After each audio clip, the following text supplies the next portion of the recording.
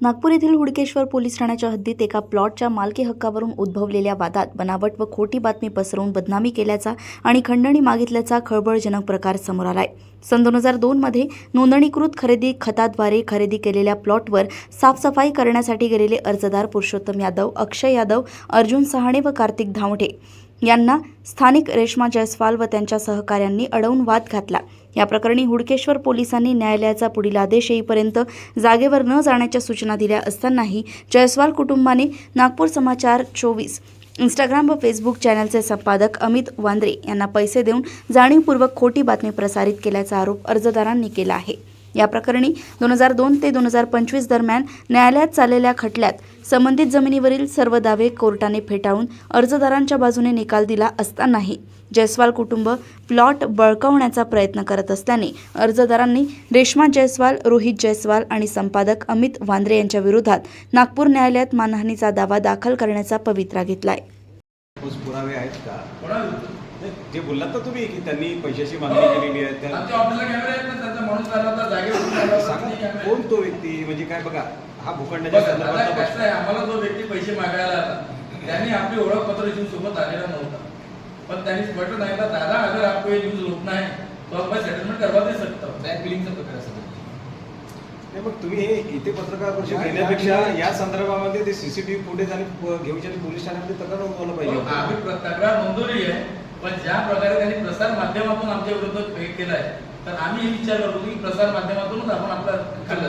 बघा, भूखंडाच्या संदर्भात हा विषय होता, बरोबर आहे, निकाल तुमच्या बाजूने लागला होता, दुसऱ्या पक्षाने संबंधित माध्यम प्रतिनिधीला बोलवलं असेल आणि हा सगळा विषय झालेला असेल। हो, केला आम्ही ते सगळं, बरोबर आहे, पण त्या माध्यम प्रतिनिधीची चूक कशी काय? त्यांनी दोघांचं म्हणजे विचार तुमची पब्लिश करायला पाहिजे। वन साइडेड नाही, बातमी प्रसारित करण्याच्या आधी तुम्हाला फोन केला होता का त्यांनी की शहानिशा करायला वगैरे?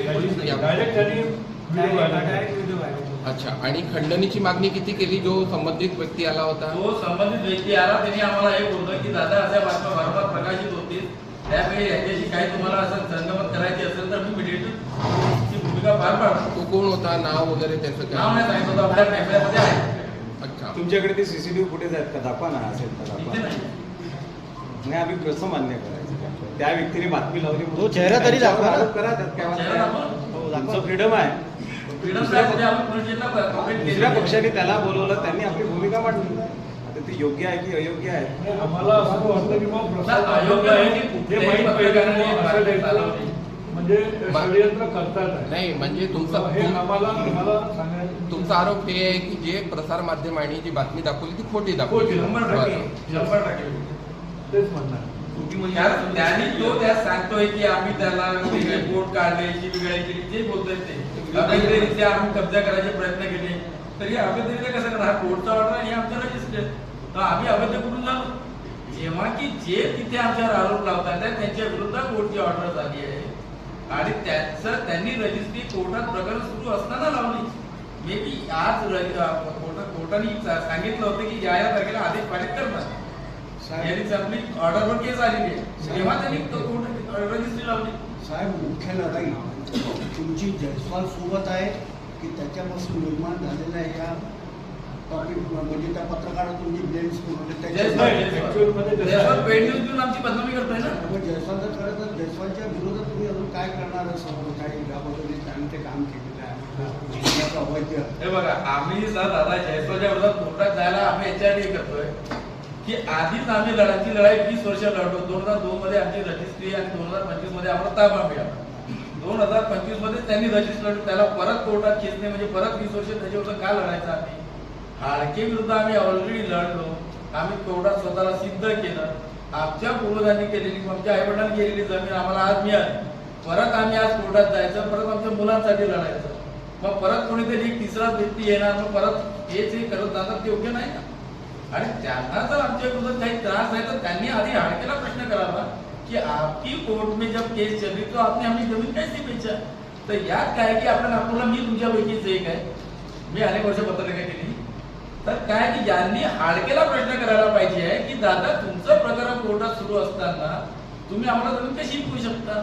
दुसरी महत्वाची गोष्ट की रेडिएटर रेट तिथे 1 कोटीचा आहे आणि तुम्ही आम्हाला कमी पैशात कशी रेडिएटरच्या वर जाते बाजारभाव. तुम्ही बाजारभाव सोडा, रेडिएटर रेट म्हणजे आम्हाला तुम्ही कमी मध्ये का देतात आहे. आणि त्या मॅडमनी तिथे ऍडिगन्स लावले की सिंगला आम्ही धमकी दिली. सिंग जो आहे नागपूरला राहतच नाही, हैदराबादला राहतात. हैदराबादला आम्ही जाऊन त्याला धमकी दिली का? म्हणजे आजच्या आबरू काढतोय तो अप्रत्यक्षरित्या. त्याचं कुठेतरी आम्हाला उत्तर द्यावंच लागेल ना. आता तो भूखंडावरती तुमचाच ताबा आहे, मी निर्णय तुमच्या बाजूला हो, लागला ना. तर त्याच्यामुळे किती जणांनी कोणी आरोप नाही, केले. ऍक्च्युली काय होते सर, हा जो सिंग आणि जयस्वाल आहे हा जनरली हे दुसऱ्यांदा झाला की हा महिलांना घेऊन पुढे होतो.